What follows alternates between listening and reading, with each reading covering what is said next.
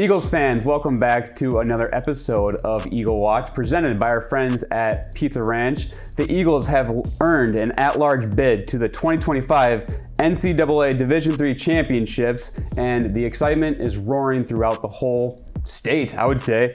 The Eagles hit the road for a second round showdown at Hope College in Holland, Michigan, the first ever meeting between the two programs. UWL enters the playoffs at 7-2, earning its fifth straight NCAA playoff berth. We'll break down the matchup, look back at how the Eagles got here, and highlight several players receiving major WIAC honors, including this year's Max Sparger Scholar Athlete, wide receiver Tyler Bowman. Coach Janis is here with me as always. Thank you once again. It's an exciting time of the year. Here we are. Playoffs are roaring. So what's it looking like? I know it's a holiday week, but you guys, the whole team, is locked in and ready to travel to Michigan. Yeah, it's pretty cool. Obviously, getting into now Monday, yesterday's practice, because there's only so many teams that are now left practicing, and so to be able to go out with our team and continue to practice, continue to try to get better, is pretty special. Obviously, it was been a different 2 weeks because we had the bye week now, which is obviously relatively over the last two. This is the second year now where there's bye weeks in the playoffs, and so last week was a little bit different for us, just in terms of like how to use that. We don't have the perfect formula. Talked to a lot of different staffs. I think I talked to about 4 different staffs in terms of how they used it in the previous year, and we kind of chose really with our guys, especially with the season that we played and the conference slate that we played, is to try to rest them up and try to get their bodies fresh. So we went really some off days on Monday and Tuesday. Then we kind of swung into it, kind of a light, more individual focus for that Wednesday and Thursday practice, where we really didn't introduce Hope all too much. We spent more time on focusing on individual technique, individual fundamentals with everything. And as we got into like Thursday, Friday, we got more into, okay, here's Hope College, here's some of their schemes, here's what they're doing, started to introduce some of our base game plan. And then our guys had the weekend off. We gave them Saturday and really up until Sunday off. And so, like we talked about last week, wanted to give them a chance to reset. That's a long time that they've been, locked in with football. Try to give them that mental reset, whether it was to go home and maybe celebrate Thanksgiving early with family, just get caught up on some schoolwork, stuff like that. And then we were back Sunday night, kind of going through our scouting report with Hope College. And then obviously now back into our kind of our normal game week here. We'll go Monday through Wednesday, and then we're going to be on the road after. We'll have an early morning Thanksgiving practice, and then we're going to start making that trek. Obviously, it's a long trip. There's going to be an hour time change there.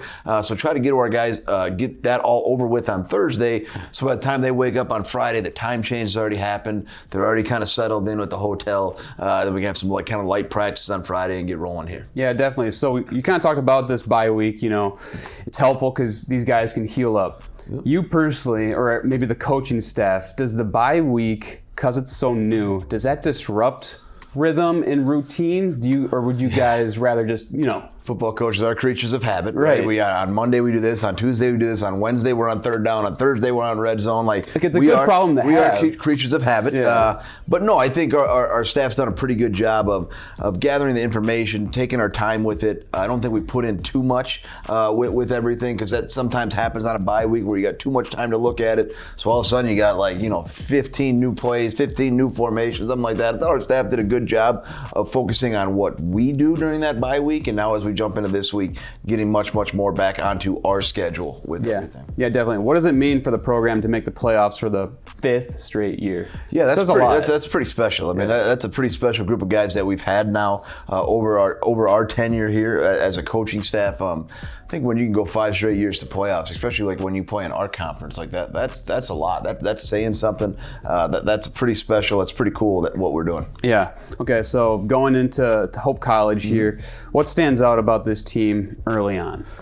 Yeah, I think the first and foremost is how well coached they are, and I think that goes a lot. Like you hear that all the time in football, right? Oh, they're a well coached team. Well, what does that mean? Well, what I say, like a well coached team, I think they run what they run really well. Like they're not over the top with everything. Like they have an answer. This is what we do. This is how we play defense. This is how we play. This is our offensive formation. This is what we're going to do in personnel groupings. And then because they know what they do, like they know how teams are either going to going to attack it or how they're going to attack other teams on the offense side of the ball. I think across the board they play on both sides with tremendous technique. I think that's what a well-coached team does. I think they play great fundamental football. And then I think they do a really good job of playing physical. So when I say well-coached, that's what we're talking about with everything. Well-rounded. Yeah, well-rounded, great with fundamentals, great with scheme, not over the top. They don't go overly complex. They know what they do. They know what they do well. I think they're well-coached from the standpoint of their roster management and how they build their roster. You look at their defense and some of the size that they have and some of the length that they have at certain positions. You look at their offense and you go, okay, they want 2 6'5" receivers that are going to kind of be backups to each other, and this is what they're going to do with those guys. Then they're going to have a fullback type position, and then they want their slots to look like this. Their quarterback can enter into that run game, so they build their roster. They know what they're looking for within the structure of their defense and their offense. So when we say well coached, that's what I mean. I know it's like kind of a cliche. Oh, they're really well coached. Well, what does that mean? That's what I'm kind of talking about when you look at Hope College. And then I think from the defense perspective, we're going to see that kind of 4-2 overhang backer to the field a little bit, where I think they do a really good job. I think their boundary safety especially does a really good job of hiding spins. Like obviously they're going to play some quarters. They're going to do a lot of cover 3, and he does a good job of playing that too high shell all the time and making it really hard for our quarterback to read post snap of what they're doing there. I think they play really physical in the box. I think they have a really nice defensive end who's going to, with his length at 6'5", he's going to cause issues on the perimeter there. And then as you look at their offense, man, they're so good. It shows, and their stats show they're very talented on offense, from the quarterback position to their wide receivers to who I just loved watching him play as their fullback, number 40. I love watching him play. I love the physicality that he brings, and their offensive play caller is really, really good. Here's what he's going to do. He's going to try to manipulate you this way. He's going to try to influence whether it's your back or your overhanging some of the RPO game. Here's how he's going to try to influence it, and then their ability to go over the top with everything and chuck the ball down the field, and their concepts that they're running with some deep crossers down the field are really solid. It's hard to defend that. It's hard to defend that for a long part of the field, right? For 40, 50 yards, you have to defend somebody running across the field. It is a tough concepts brought in. So, like I said, it's a really good program, but there's a reason why they've been a top 20 program for the last, 3 or 4 seasons. There's a reason for that. They're the reason why they're one of the top teams in that Michigan conference, and we see that, when we watch the film on them. Yeah, definitely. Do you think there are more advantages or disadvantages for playing a team that you've never faced before? That's a good question. Obviously, you're coming out of league play now, right? Where you feel like with our how within our conference of how the staffs have stayed together, right? There hasn't been a lot of movement, really. I know we Tojiagi came from Stout, but then Stout hired an OC that they had there before, and so there really hasn't been a lot of movement. So we're so well versed in our conference of tendencies and what somebody's trying to do, and we got years, we're talking 4 years, 5 years on some guys of coordinators and teams, and then obviously going to something new. I think, and we don't have all the game tape. In conference, we get all of our conference opponents, right? For Hope, we got 3 games. That's what we're watching right now. And so I don't know what they were like in week 5 or week 3 or 2 or so you don't know some of the stuff. There could be a whole new personnel group that we've never seen, and so you got to kind of adjust to that as the game goes on. So I don't know if that's a good question, if it's an advantage or a disadvantage. I think you're kind of in a little bit of both, juggling right? Both. You're kind of sometimes it's good and sometimes it's not good, right? I'm sure both sides will have some tricks up the sleeve. Yeah, exactly, right? And then you got the bye week, right? So we've both staffs, right? On our staff, their staff has had 2 weeks to kind of tinker with some things, right? Hey, maybe we see this, maybe we want to put this in and kind of add something that we've never seen on film before. Yeah, definitely. Looking a little bit at last year here, how does last year's run help this group? Because obviously, the way it ended and everything, is that just motivation? Does that, create hunger even more? Or are you guys not even looking back? No, I don't know if that's it. Obviously, each year's a new team. I think each of our previous teams has set the standard and the expectation for our football program. That yes, we're going to spend Thanksgiving together. That yes, because it's a long season. In our freshmen, right? This is what's so huge and critical when you can go to the playoffs 5 years in a row. our freshmen learn that. Like a lot of our freshmen aren't playing right now, and I get that. They all want to be on the field, but a lot of them aren't. But they're going through a whole football season. They understand the standard, and now as we've gotten into these playoff practices, they've understand how our ones and our twos have pushed them more in terms of, hey, this is how we got to prepare now. That like we get to playoffs now, it's different. Like we practice different, we do this different. Like and so like our freshmen, and they kind of builds off each other. I don't know if like a specific game or something helps us right now, but I think the expectation and the standard of what we're trying to do continues to build with our group. Yeah, definitely. Well, congrats on playoffs. We talked about it in previous episodes. The strength of the Wyatt Conference is a gauntlet here. So it is. We did it. You guys got it. Yeah. Let's talk a little bit about the players here. What does Tyler Bowman's Scholar Athlete honor say about him?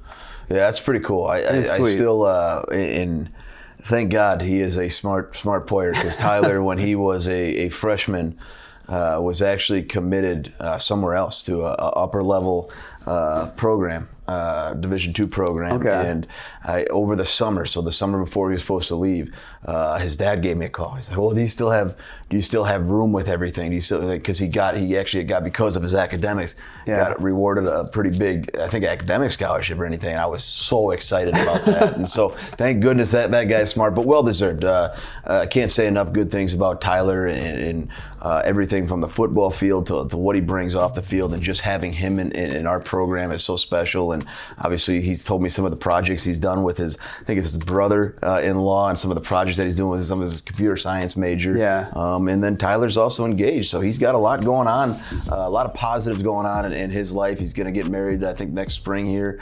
So he's kind of doing. I kind of tease him sometimes. Yeah. How's the wedding planning going? I don't know if he's doing much right now. Yeah, he definitely not. He kind of just smiles a little bit, but no, it's well deserving for Tyler. And then to be honorable mention as a wide receiver all conference is without a doubt special, kind of feathered and kind of tip of the cap as he goes throughout his senior career. Yeah. Does his leadership reflect on the whole team?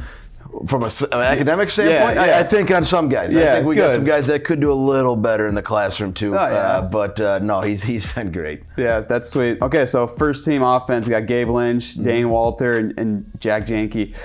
Wide receiver. So talk about those guys a little bit. It's a big I think list. those are three of the best players, not just in our conference, but in the country. Their respective positions. I would say that, and without hesitation. Obviously, what Jack's been able to do for us coming into this year. Obviously, knew we had a special player. Wasn't like featured as he was this year, right? Like he was kind of hey, we knew he had some special things. But we were trying to throw Jack Studer last year, and Jack's taken over that role and expanded and shows why he can be such a big play threat, whether it's down the field and some of the catches he makes, or with the ball in his hands and just making somebody miss and going from there.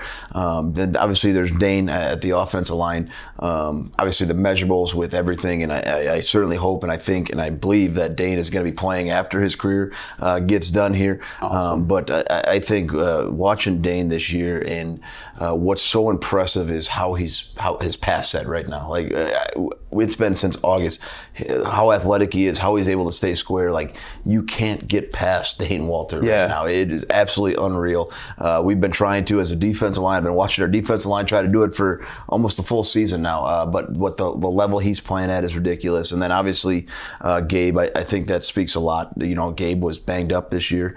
Didn't get the volume of carries that he's probably had in previous years. I know Gabe had his eyes set on getting past 1,000, but like Gabe and that's just a credit to him. And obviously I think he was the second leading rusher in our conference, with being out for a game and then being on some really, really limited carries with everything, and still be able to lead the conference in rushing, be able to lead in rushing touchdowns, second in the league in rushing. I think just speaks volumes for how good he is as a player. And like we talked about last, like watching him run and feeling healthy and watching him run again at Stevens Point, it's so special to watch him. So I think those are some three guys that are not just the best in our conference, but some of the best at their position. And I do enjoy, like we talked about before, I hate every school in our league, but I have the utmost amount of respect for the staff and for the players. And I think our coaches within our league, when we go to all conference, like there's not There's not politics involved. There's not Right. like it is like just straight up like we're so honest. Coaches like, yeah, this guy's the best DB facts. or he's the best this, he's the best this,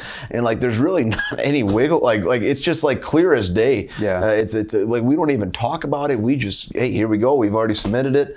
Away we go. And I think our coaches, and that's what the beauty of playing in this league is that we have great coaches, we have great players, and coaches understand who some of the best players are in our league. Yeah, let's talk a little bit about the defensive side. You know, you got Christian Powell and Trent Mullen. So it's a big list, man. You guys got a lot of good players here. Yeah, it's Chris obviously with the season that he's had, and we moved Chris probably in week 5 to the field side defensive end, which I'm kicking myself because we should have had him there all season. I think he just possesses such with his length, his size to Perfect the field. piece. It's just a huge piece to the field that you got to go around. You got to figure out how to manage, and obviously some of the athletic ability that Chris brings to that position with the measurables and everything. And really the last 3 games of our season and going really 4 games going back to he's played really, really, really well. Nice. And then obviously Trent Mullen for the 2nd year in a row now is first team all conference. That's pretty special. He is a really talented defensive back.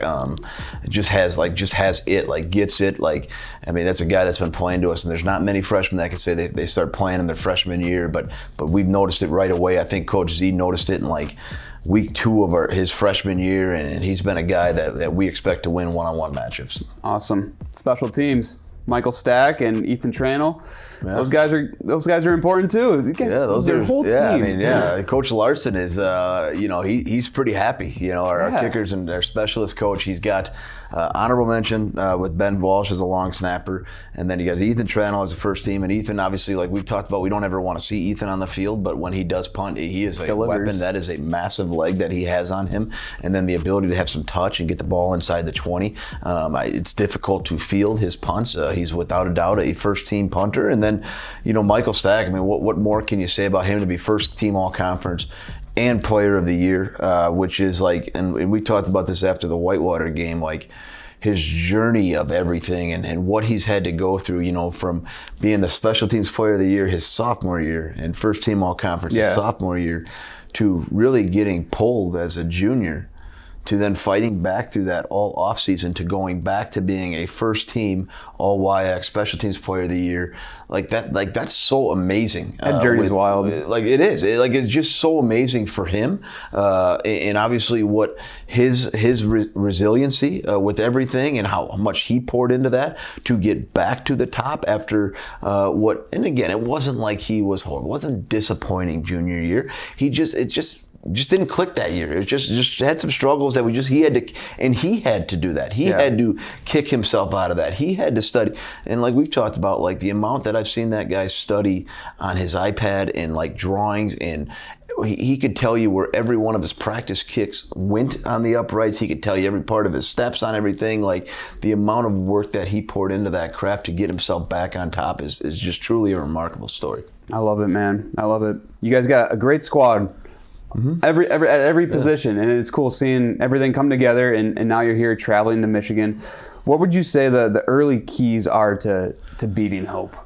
Yeah, I mean, obviously, I think first and foremost, I mean, it's like, and I think they're probably thinking the same thing. We got to be able to control the elements. I mean, I think we're going to see some snow. It's going to be cold. I was just going to ask that. We're going to be on the road like that. That's all stuff that you got to overcome kind of in pregame and be ready for all that stuff. But I think really with their offense is we're going to have to take away the big shots over the top. I mean, we got to be able to find a way to limit them. The receivers are really good. The quarterback's really good. We're going to have to play some different coverages here that we traditionally haven't played to keep their deep crossers off and be able to get after the passer a little bit with our front four.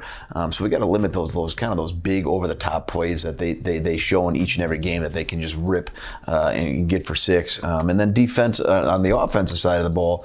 With the elements, we're going to have to be able to pass the ball. Like they're going to be really, really physical in the box. And traditionally we say we want to run the ball. But we're going to have to be able to move the ball through the air a little bit as we get going. I know Nolan and Jacob will do a great job with that. And I know Coach Yage's got a good plan with them there.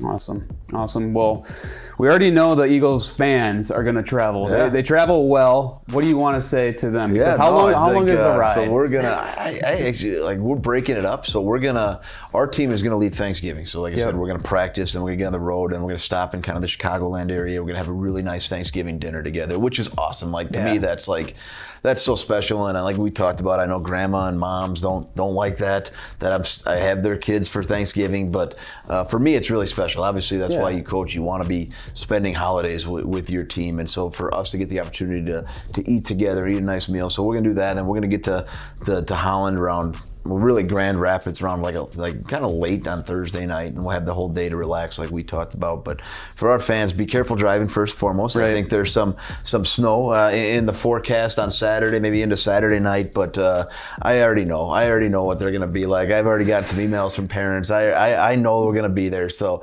I'll just say this. I don't need to motivate them at all. I just say I look forward to seeing you guys. You're thankful for them. I'm thankful for them. I look forward to seeing everybody there. Awesome. Well said, Coach. Well, UWL heads to Holland, Michigan for a second round matchup with Hope College on November 29th, this Saturday at 11 a.m. Remember, there is that time change, so just be on the lookout for that. It's been a great prep here, and I like how you guys had this bye week because you can heal up a little bit. Yep. It's going to be exciting. We're going to have it on, so Coach Janis, as always, good luck. Eagles. Yeah, go Eagles. Travel safely. Yeah. Let's go get it. Deal.